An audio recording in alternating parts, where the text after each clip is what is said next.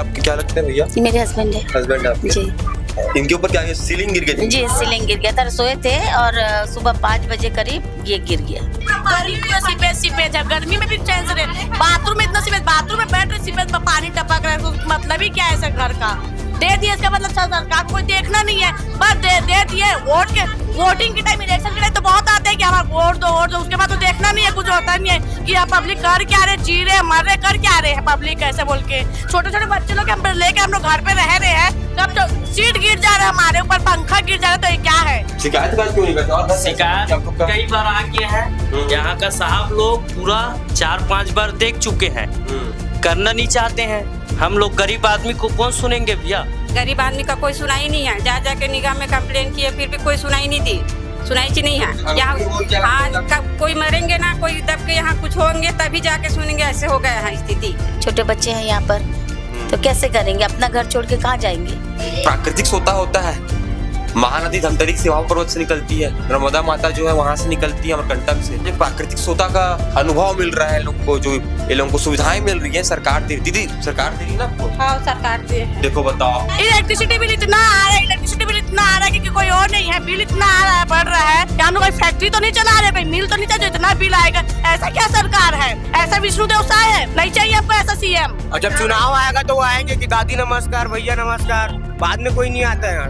15 साल हो गए, लेकिन आज तक यहाँ पे मीटर किसी क्या नहीं बैठा, सब फ्री में चोरी करके जला रहे। कितने बार हो गया बोलते? 5 बार, 2-3 बार हो गया। चुनाव लड़ते, मंत्री आ रहे, सबको बोले कि मीटर बैठा लो, लेकिन मीटर कोई नहीं बैठा रहा। इतना है ये सिलसिला है, ये बंजर जो दृश्य जो अभी आप देख रहे हैं अपनी आंखों से, ये किसी दूर सुदूर गांव इलाके का नहीं है दोस्तों, छत्तीसगढ़ की राजधानी रायपुर के बीएसपी कॉलोनी कोटा का है दोस्तों। एक खुली नालियां, ये जर्जर मकान, लगता है किसी अनहोनी को आमंत्रण देने जैसा होगा। नमस्कार, जय जोहार, जय छत्तीसगढ़। मेरा नाम है कान्हा राजपूत, आप देख रहे हैं सीजी भास्कर। आज हम खड़े हैं छत्तीसगढ़ की राजधानी रायपुर के बीएसपी कॉलोनी कोटा में।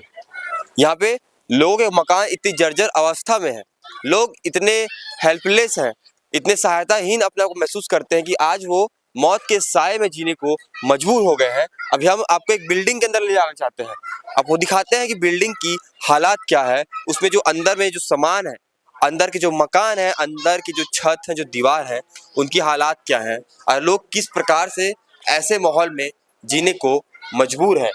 मेरे साथ चलिएगा, आपको दिखाता हूं मैं कि ये है वो मकान जिसकी हम बात कर रहे हैं। और ऐसे मकान इस पूरे एरिया में भरे पड़े हैं। यहाँ पे एक माता जी रहती हैं, चलने फिरने में थोड़ी सा असमर्थ है वो, उन्होंने ये लगा करके रखा है ताकि तो बारिश का पानी होता है, जो फील्ड का पानी होता है, वो किसी प्रकार से उनके कक्ष से बचते हुए यहाँ बाथरूम में जाकर के गिरे। ये स्थिति है छत्तीसगढ़ की राजधानी रायपुर में स्थित बीएसपी कॉलोनी की, आप देख सकते हैं अपनी आंखों से। और ऐसा नहीं है कि ये केवल एक मकान हो, ऐसे मकान यहाँ पे दर्जनों भर है, या कह सकते हैं दर्जन भर मकान ठीक होंगे, बाकी सारे मकान इसी हालातों में है। ऊपर देखिए वो इंसान जो चल नहीं सकता है, वो किस प्रकार से इस स्थिति से बचकर भाग पाएगा जहां पर छत ही गिरने लग गई हो। आप ये देख सकते हैं किस प्रकार से इन लोहे के रॉड्स में जंग लग गया है। ये भी पता नहीं कब किस भगवान के भरोसे खड़ा है, ये भी कभी भी गिर सकता है। किसी भी अनहोनी, किसी प्रकार की अनहोनी यहाँ पर हो सकती है। अभी हम आपको एक और इसी प्रकार के दूसरे मकान में लेके जाने वाले हैं, दूसरे कक्ष में लेकर जाने वाले हैं, अब आपको वहां की स्थिति बताएंगे। दोस्तों, इंसान के जीवन जीने के लिए ना रोटी, कपड़ा और मकान बहुत जरूरी होता है। रोटी हम कमा लेते हैं, कपड़े हम पहन लेते हैं, और मकान चलिए हमें किसी प्रकार से मिल जाता है। उसकी स्थिति क्या है आज, ये स्थिति हम आपको दिखाने के लिए लाए हैं। और जिस प्रकार से हम स्टेप बाय स्टेप जब घरों पे जा रहे हैं, उनसे मिल रहे हैं, जैसे हम चौंक रहे हैं, शायद आपकी भी आंखें रो रही होंगी, क्योंकि ये देखिए छोटे छोटे बच्चे हैं, यहाँ पे महिलाएं हैं, बूढ़े हैं, भैया लोग हैं, थोड़ा बुजुर्ग लोग भी हैं। उनके साथ इस प्रकार की स्थिति आज निर्मित हो गई है कि वो मौत के साए पे जीने के लिए मजबूर हो गए हैं। ये दूसरी बिल्डिंग है, जस्ट बगल वाली बिल्डिंग है। अभी हम प्रयास कर रहे हैं यहाँ के लोग से बात करें, जाने पूरी घटना को, और ये किस प्रकार से यहाँ पे जीवन यापन कर रहे हैं वो बात भी करें। तो छोटा बच्चा पकड़ी हुई है दीदी। दीदी क्या नाम है आपका? कल्याणी सोनवानी। आपको रूम कब आवंटित हुआ था आप लोग वाला? करीब 7-8 साल हो गए सर। हो गया? हाँ। तो रूम को दिखा सकते हैं कैसे क्या? चलो ना देखो। वो लाइट हो गया।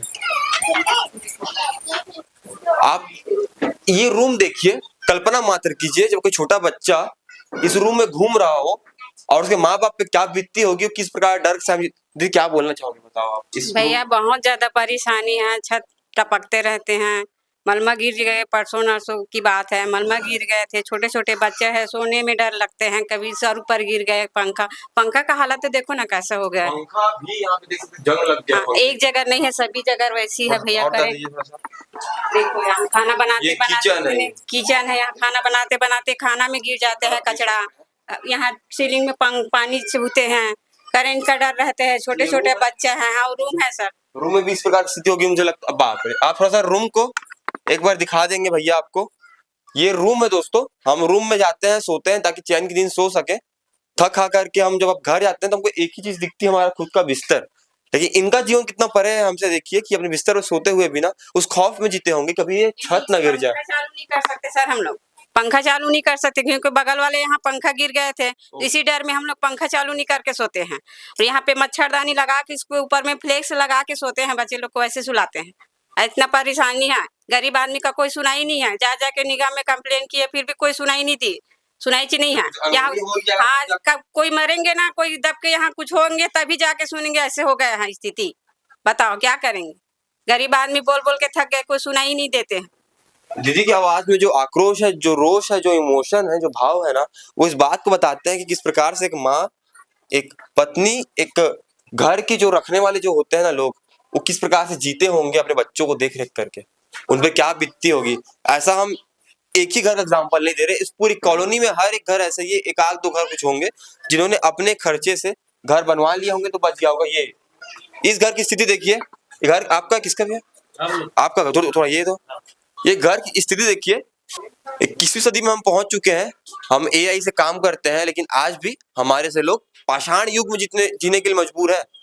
पाषाण युग में जहाँ पत्थरों से काम किया जाता था, पत्थरों से सीमेंट से घर तो बना दिया गया है, लेकिन आज भी इस प्रकार से भैया ये पानी चूता होगा उसके लिए किया होंगे आप? बरसात में बहुत चूते हैं भैया यहाँ पास, हम लोग छोटे छोटे बच्चे लोग हैं, कहीं भसक जाएगा, कुछ हो गया, गिरते रहते हैं। छोटी बच्ची को पता भी नहीं होगा। हाँ, लेकिन आप लोग बरसात में तो हम लोग सो नहीं पाते भैया। अब कैसे करेंगे, काट रहे हैं। शिकायत क्यों नहीं करते? और शिकायत आप लोग का कई बार आ गया है, यहाँ का साहब लोग पूरा 4-5 बार देख चुके हैं, करना नहीं चाहते हैं, बस योजना पास कर रहे हैं। 50 लाख 60 लाख रुपया, 40 रुपया काम नहीं किया यहाँ का सरकार। हम लोग गरीब आदमी को कौन सुनेंगे भैया? बाकी रूम को दिखाइएगा हम लोग को थोड़ा सा। आइए भैया, भैया हमको बाकी का रूम दिखा रहे हैं। देखो ये बताइए, किचन नहीं है, ये मौत को आवाहन देने वाला कक्ष है, मौत का कुआं है ये भैया। हाँ। इस प्रकार से इनके जो रूम है, बेडरूम है इनका, भी गए थे सर। एक बार बेडरूम को दिखाते हैं हम आपको। ये बेडरूम की स्थिति है दोस्तों। ये तो अभी भाइयों अभी बहुत है भैया, ये बरसात में आओगे ना खड़ा नहीं हो पाएंगे यहाँ पास, इतना चूते हैं। ये जो छड़ आपको दिख रही है, छड़ जो है सड़ चुकी है। बरसात होगा, जैसे बरसात होगा छड़ के आसपास का सीमेंट है उसको छोड़ेगा और हल्की सी नमी पाने पर वो गिर जाएगा। और यहाँ पे सीढ़ के आसार दिख भी रहे हैं, सीढ़ भी आ रहा है यहाँ पे। मैं बार बार इस बात का जिक्र कर रहा हूँ कि हमें कोई दूर सुदूर गांव इलाके में नहीं है, अभी छत्तीसगढ़ की राजधानी रायपुर में है, वहां पे इस प्रकार की स्थिति है, तो बाकी जगहों पे और क्या हो रहा होगा। थोड़ा सा और प्रयास करते हैं, एक दो घर आपको और दिखाते हैं, कुछ लोगों से बात कराते हैं।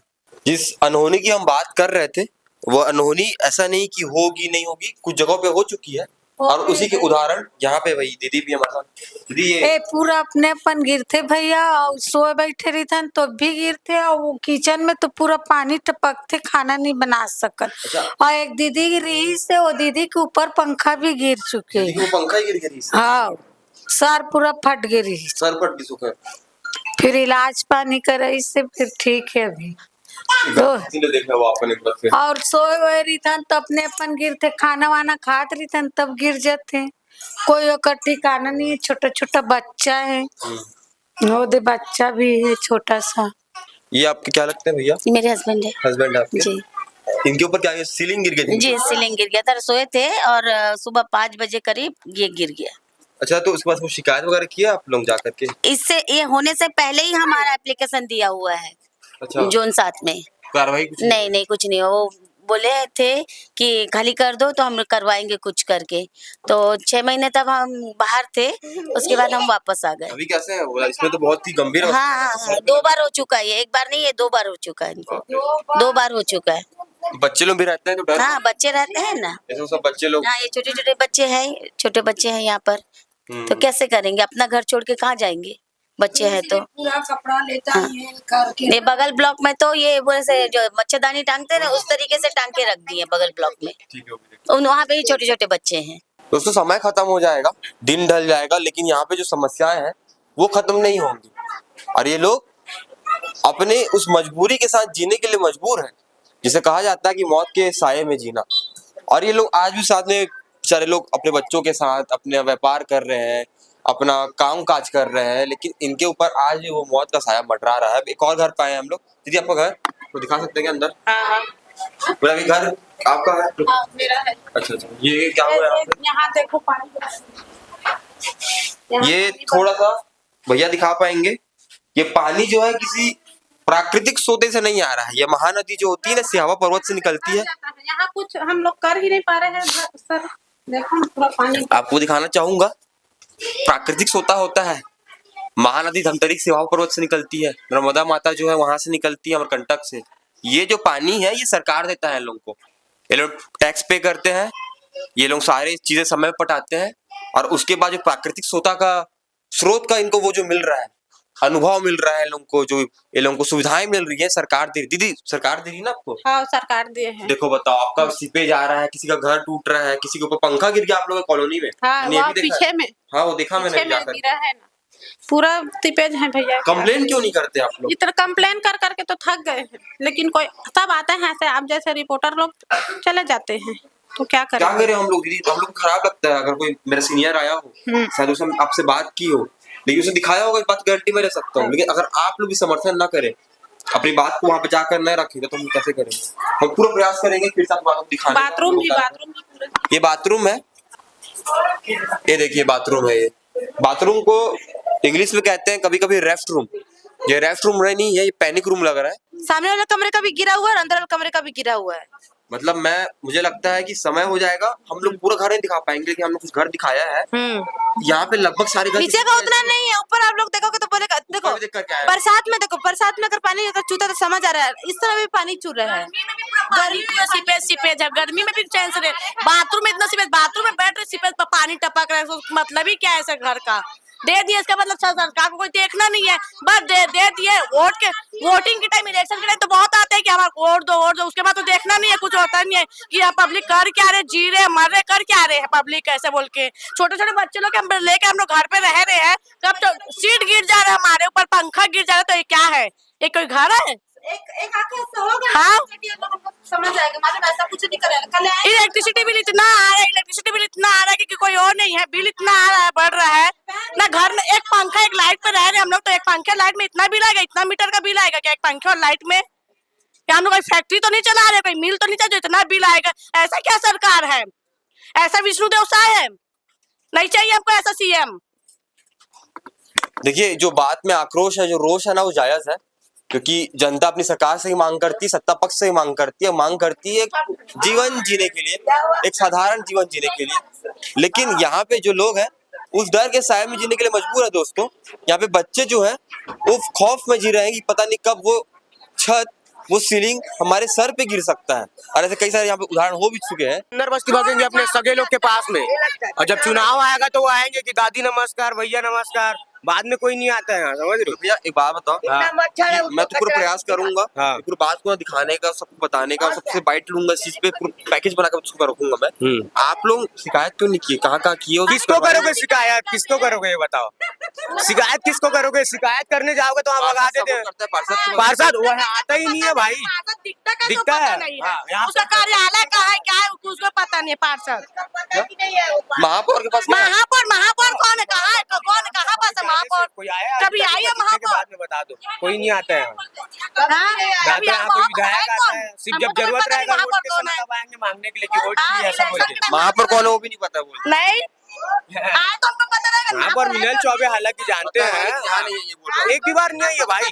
पहले तो आ भी जाते थे, अभी तो कोई आता है क्या? कोई नहीं आता है। आएंगे अपने मंत्री से बात किए, नगरीय निकाय मंत्री से बात किए? कौन मंत्री भाई? जब यहाँ पार्षद से हमारा बात नहीं चल रहा है तो मंत्री से कहाँ मंच चले गए बताओ? ये छोटे 15 साल हो गया, खाली पता ही अरे सुना 15 साल हो गया, बताओ 15 साल हो गया, लेकिन आज तक यहाँ पे मीटर किसी का नहीं बैठा, सब फ्री में चोरी करके जला रहे। कितने बार हो गया बोलते, 5 बार, 2-3 बार हो गया। चुनाव लड़ते मंत्री आ रहे, सबको बोले कि मीटर बैठा लो, लेकिन मीटर कोई नहीं बैठा रहा है। मुश्किल से 10-20 घर में मीटर बैठा है, बाकी नहीं। बिजली विभाग को भी बोल डाले, सबको बोल डाले, हम लोग बस मुश्किल से 10-15 घर में मीटर है, हम लोग सबका बिजली बिल पटा रहे, सब फ्री में चल रहा है। ई रिक्शा भी फ्री में चल रहा है। हाँ, ये तो चार्जिंग वाला सब कितना, आप तो आ रहे हो देख रहे हो कितना ठोक है। मुश्किल से 10-15 लोग मीटर बैठा ले, बाकी तो सब फ्री में, इसका भी कोई सुनवाई नहीं है।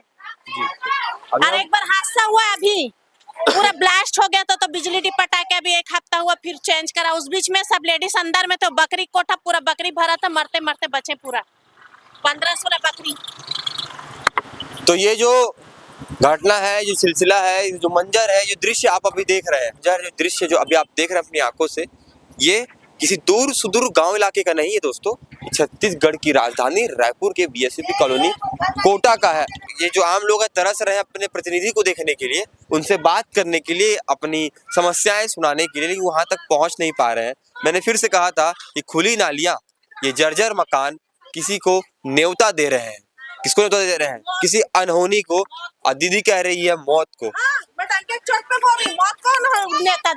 ठीक, अभी हम प्रयास करेंगे इस पूरी घटना पे आपकी क्या राय है, आप बता सकते कमेंट बॉक्स में। मेरा नाम है कान्हा राजपूत, आप देख रहे हैं सची भास्कर रायपुर।